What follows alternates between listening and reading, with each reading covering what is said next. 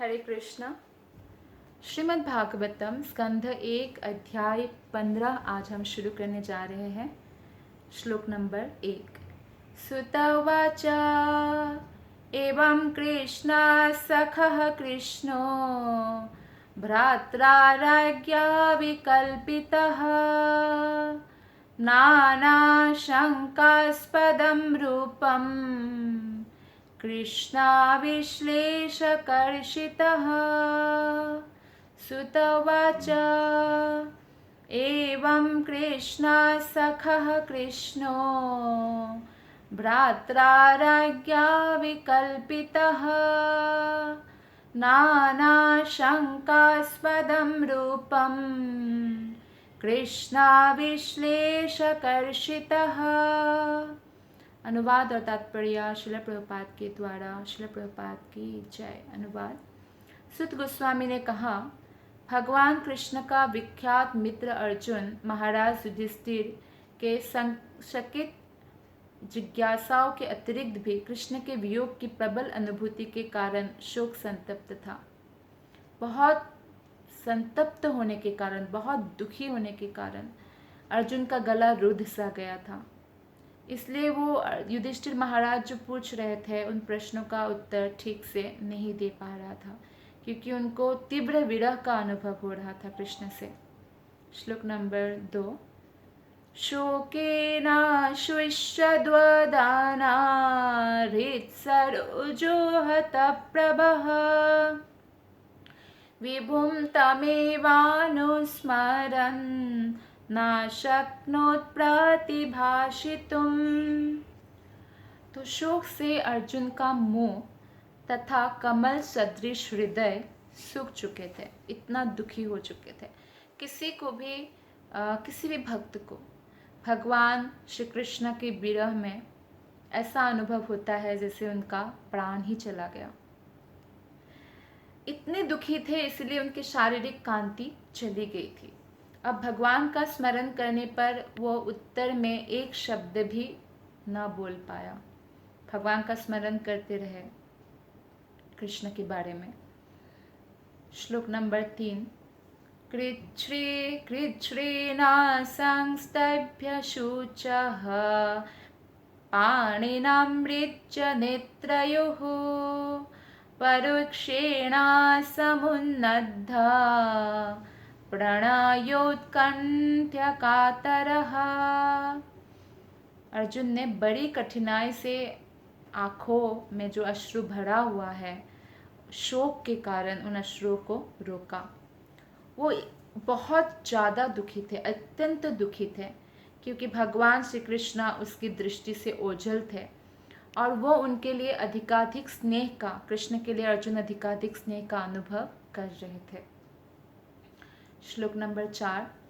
सख्यं मैत्रीं सौहृदं च सारथ्यादिषु संस्मरन् नृपामग्रजमित्याह बाष्पगद्गदया गिरा। भगवान कृष्ण को तथा उनकी शुभकामनाओं, आशीषों, घनिष्ठ पारिवारिक संबंध एवं उनके रथ हाँकने का स्मरण करके अर्जुन का गला रुद्ध आया और वो भारी सांस लेता हुआ फिर बोलने लग गया। क्योंकि अभी बड़े भाई युधिष्ठिर महाराज, हम लास्ट चैप्टर में देखते हैं, इतना सारा प्रश्न पूछ चुके हैं, पर अर्जुन कुछ भी अभी तक जवाब नहीं दिया।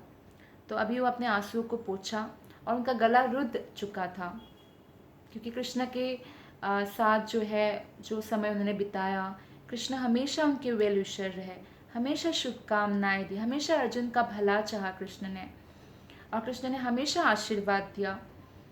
और जो घनिष्ठ पारिवारिक संबंध है अर्जुन का और कृष्ण का, कृष्ण ने अपनी बहन सुभद्रा का विवाह भी अर्जुन से कराया था, और कुरुक्षेत्र के पूरे युद्ध में कृष्ण ने अर्जुन का सारथी के रूप में कार्य किया। ये सब याद करते करते उनका गला रुद्ध आया। फिर भी भारी सांस लेते हुए वो नेक्स्ट श्लोक में अर्जुन बताएंगे। तात्पर्य में श्रील प्रभुपाद जी बताते हैं इस श्लोक के कि परम पुरुष अपने शुद्ध भक्त के साथ सारे संबंधों में पूर्ण है। जैसे हमारा अगर मनुष्य में कोई रिश्ता हो जाता है तो वो रिश्ता पूर्ण नहीं हो पाता है, क्योंकि हम सब अंश हैं, भगवान के। भगवान पूर्ण है, तो हमारा जो रिलेशनशिप है जब वो भगवान के साथ होता है या भगवान को सेंटर में रखकर होता है तब पूर्ण होता है। जैसे एग्जाम्पल, एक घर है, तो उस घर में अगर परिवार के सभी सदस्य कृष्ण को सेंटर मानते हैं, कृष्ण के शरणागत होकर कृष्ण की सेवा में लगे रहते हैं, तो वो प्रेम पूर्णता प्राप्त कर सकते हैं। लेकिन अगर हम चाहें कि अच्छा एक मनुष्य दूसरे मनुष्य को पूर्ण प्रेम दे सकते हैं, ऐसा कभी भी संभव नहीं है। इसीलिए व्यक्ति दुखी है, क्योंकि हर कोई जो है प्रेम की तलाश करते हैं दूसरे मनुष्य में, तो इसीलिए वो दुखी है। लेकिन भगवान में हमें तलाश करनी चाहिए।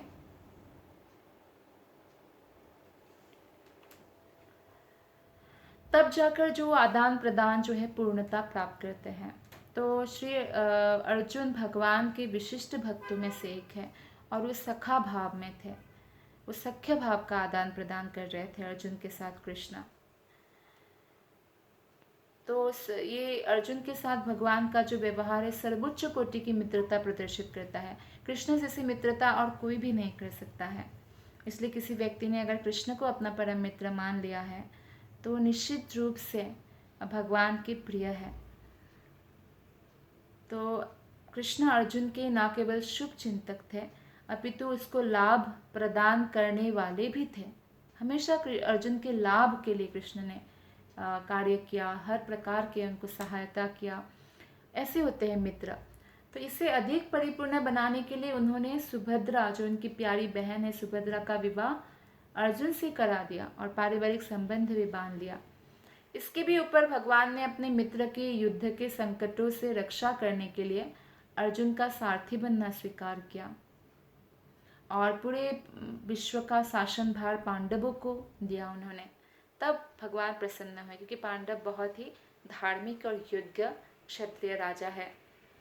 तो ये सब अर्जुन स्मरण कर रहे थे। फिर अर्जुन ने गहरा सांस लेते हुए कहा 5वें श्लोक में, अर्जुनावाचा वञ्चितोऽहं महाराज हरिणा बन्धुरूपिणा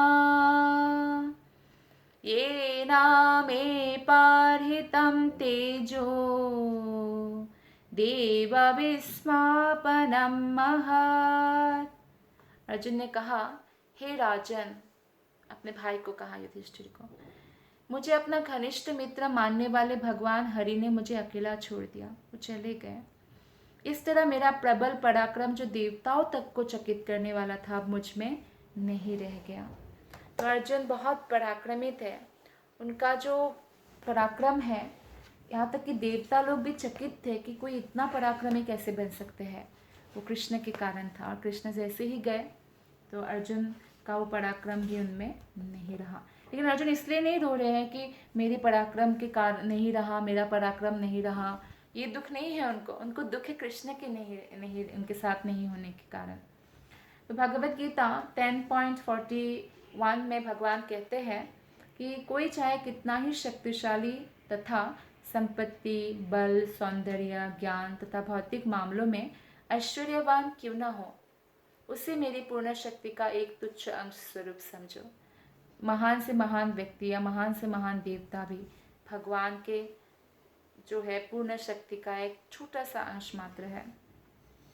तो इसलिए कोई भी भगवान के कृपा के बिना, भगवान के शक्ति के बिना शक्तिमान नहीं हो सकता है।